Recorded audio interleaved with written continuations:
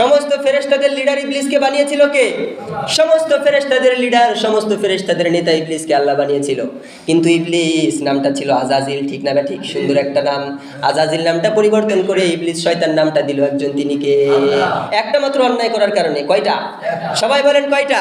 রব্বুল আলামিন সূরা বাকারার 34 নম্বর আয়াতে বললেন, ওয়া ইয কুলনা লিল মালাইকাতি ইসজুদু লিআদম ফাসাজাদু ইল্লা ইবলিস আবা ওয়াস্তাকবারা ওয়া কানা মিনাল কাফিরিন। আমি আল্লাহ যখন সাইয়েদনা আদমকে সৃষ্টি করলাম, আশরাফুল মাখলুকাতকে আমি আল্লাহ প্রথমে যখন বানালাম, আমি আল্লাহ সমস্ত ফেরেশতাদেরকে বললাম মালাইকাতি ইসজুদু লিআদম ফাসাজাদু ইল্লা ইবলিস।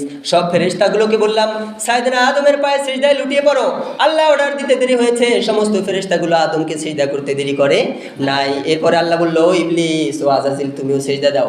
এবার আজাজিল যুক্তি দেয়, ও আল্লাহ, আমি তো আগুনের তৈরি, আগুনের অভ্যাস নিচে যাওয়া নাকি উপরে যাওয়া? কথা বলেন, নিচে নাকি উপরে? এজন্য মনে রাখবেন, যারা ইবলিসের দিকে তারা শুধু যুক্তি দেয়, উক্তি দেয়, তারা দলিল প্রমাণ দিতে পারে। আমার ইসলাম যুক্তি দেওয়ার উক্তি দিয়ে চলে না, ইসলাম চলে দলিল দেওয়ার প্রমাণ দিয়ে, ঠিক না ঠিক? ইবলিস আল্লাহকে যুক্তি দিল, ও আল্লাহ, আমাকে তো তুমি আগুন দিয়ে বানিয়েছো, আর আগুনের অভ্যাস জ্বালিয়ে পুড়িয়ে ছারখার করে দেওয়া, আগুনের অভ্যাস উপরের দিকে যাওয়া, আর মাটি দিয়ে সাইয়েদনা আদমকে বানিয়েছো, আশরাফুল মাখলুকাতকে, মানুষকে মাটি দিয়ে বানিয়েছো, মাটির অভ্যাস তো নিচের দিকে যাওয়া। দেখবেন মাটি একটু পানি পেলে কাদা হয়ে পানির মতো নরম হয়ে যায়, ঠিক না ঠিক? আল্লাহ বললো, ও ইবলিস, সিজদা দিবি কিনা বল। ইবলিস বলল, না, দিব না।